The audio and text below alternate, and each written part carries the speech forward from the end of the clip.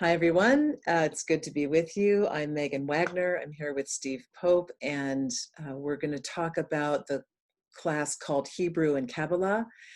And it was something that came out of our Hebrew studies, and we asked Steve to have a whole separate course on looking at the names of the Sephirot or the spheres or the fruits of the tree of life.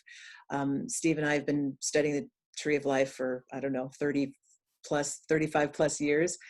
And I really value, Steve, your take, your mystical take on the meaning of the tree of life and the meaning of the Sephirot. So we actually went through looking at every single sphere on the tree of life, and then we ended the class taking a look at the meaning of the four worlds. But mainly it was dedicated to looking at the Sephirot and the triads and the different dynamics on the tree of life. So just elaborate, and we can talk a little bit more about what was in the course. Yeah, it's one of what we've been exploring with various courses, and we sort of brought into this particular one is studying or re-examining, let's say, the tree of life and Kabbalah through the Hebrew letter numbers and through the Hebrew, biblical Hebrew, ancient Hebrew, sacred Hebrew. So one of the themes was to examine some of the teachings in the Sefer Yetzirah without specifically having to go into the Sefer Yetzirah itself.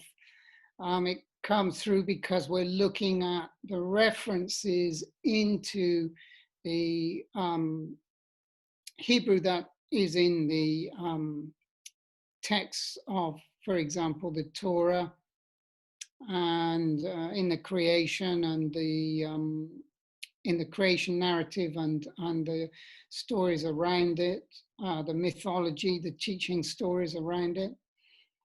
And so therefore we were able to look at how the Sephirot and the Tree of Life was originally presented several thousand years ago. Can you just explain to people the Sefer Yetzirah, because probably people don't know what that is? Yes, so the Sefer Yetzirah, it means the book. Sefer means book, and Yetzirah in Hebrew means formation. When you study it at university, they call it Book of Creation for some reason. Okay.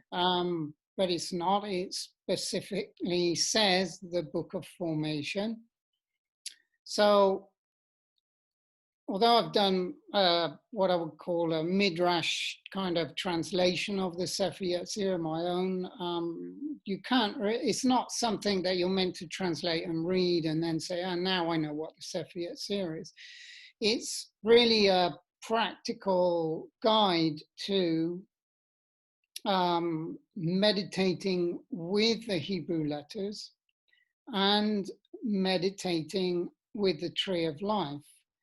Meditating with the Sephirot, or even though the Sephirot are not mentioned by the names that we call them in Kabbalah today. And what we've done in the course is that we've gone into, for example, in the book of Numbers and in other texts where the actual Sephirotic tree is talked about, and the names of each of the Sephirot in Hebrew.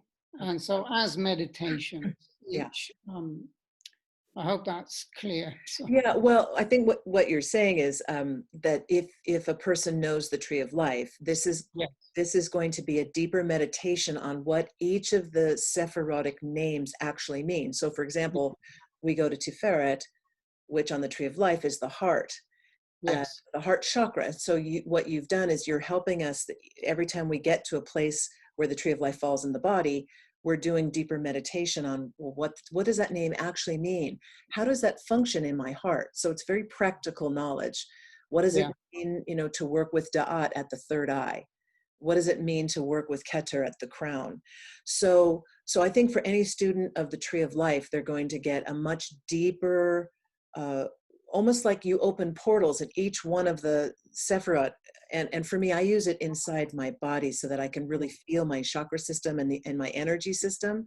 Yeah. So you give us tools and portals to awaken each of these spheres on the Tree of Life inside of us for practical use. Totally, it's very practical and pragmatic. So, and as you've said it so beautifully, I'll just add a little bit, which is the essence of what's in the Sefer Yetzirah, what's in the biblical text that we look at, is that the tree of life is within you. Mm-hmm. Primarily, you are a tree of life in human form. Mm. And this is emphasized over and over again. And when we understand that, we can then become Kabbalah, which is we actually become Kabbalah. We're not studying Kabbalah. We're not looking at it as a diagram on a wall or a text or a theoretical. It's not about theory. It's about literally embodying what it means to receive consciousness and then consciously transmit that consciousness back to its source and to the world. Beautiful. Yeah. And for me, it just deepened the explanation of me as a tree of life, where I'm a conduit through my branches of taking in the spiritual food, running it down my trunk, bringing it into the earth, and then doing the exact opposite, taking the soil and the nurturing from the earth and then moving it up my trunk and then offering it back to spirit. So for me, it's that two-way flow of what it means to be human in multidimensional form. Yeah, and so if people are students of alchemy, you've just explained very well that it's the source of what we call alchemy, where we are literally transmuting lead into gold. And it's in the text that we study, one of the texts that we study, it brings this up in the Hebrew text. Great.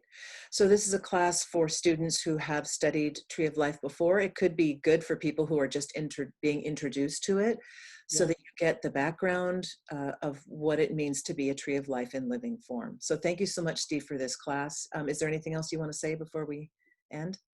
Yeah, just that there are supplementary materials. So if you're new to Kabbalah, this is a good introductory course.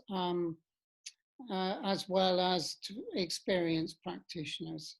Great. Thank you so much for this class. Thank you. Thank you.